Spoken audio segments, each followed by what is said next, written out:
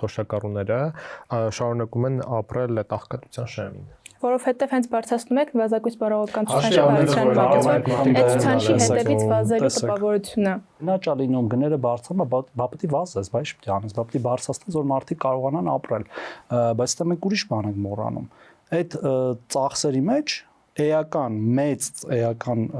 կշիռ ունի առողջության ծախսերը, առողջության վրա կատարվող ծախսերը, հատկապես 65+ քաղաքացիների դեղորայքի գծով հիմնականում, որոնք ռեգուլյար են,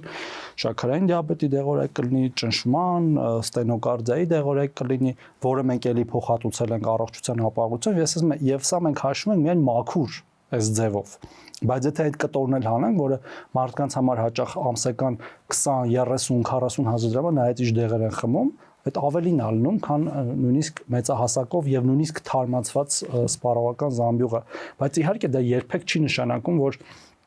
դա քո երազած, բանն է, երազած չափն է տրվող քո քաղաքացիներին կլինենք ենթաթոշակառուներ կամ հաշմանդամներ, պետությունը պետք է ամեն ինչ անի, որ դրանք աստիճանաբար աճեն եւ մենք ասել ենք, որ ինդեքսավորելու ենք, բայց միևնույն ժամանակ էլ մենք այլ ծառայություններով այդ հարցերը լուծում ենք։ Օրինակ նույն հաշմանդամություն ունեցող քաղաքացիներին, եկեք վերցնենք, որոնք կարող են նաեւ լինեն թոշակառու։ Մենք բազմաթիվ ծառայություններ ենք մատուցում օրորի ավելացող տնային խնամ, ցերեկային խնամ, աջակցող միջոցներ ենք տալիս տարատեսակ,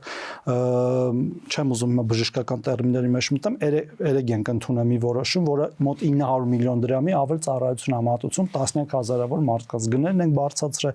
անվասայլակ, քայլակ, հենակ, լսողական սարքեր, որոնք որ փակում են այդ բանը, հասկանում եք, դեֆիցիտը, որտեղ դու քո թոշակով չես կարող սայլակ առնես օրինակ, ինչքան ուզում ես բարձրացնեք, օրինակ էլեկտրական սայլակ չես կարող առնես,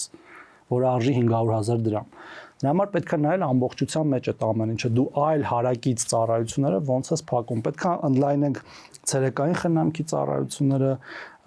գիշերային կամ տնային խնամքի ծառայությունները ու դա անում ենք աստիճանաբար։ Պարբերաբար օրինակ գյուղաբնակ շրջաններում թոշակառուները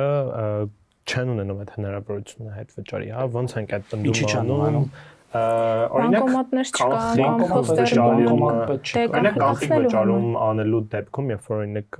մարդը գնում է եւ անում է կանխիկ վճարում ու այդ գյուղերում մի քիչ տարածված խնդիր կարող լինի, հետ վճար, ոչ թե թոշակի բարձրացում, որովհետև դա ունի նպատակ։ Բազմիցս ասել եմ 1000 անգամ, 10000 անգամ էլ կասեմ։ Այդ հետ վճարի նպատակը ավել հարկեր գեներացնելն է եւ տնտեսությունը ստվերից դուրս բերելն է, որին պետք է մասնակցեն մեր բոլոր քաղաքացիները։ Ես էլ եմ մասնակցում հիմա արկա քարտով 2% հետ վճար եմ ստանում։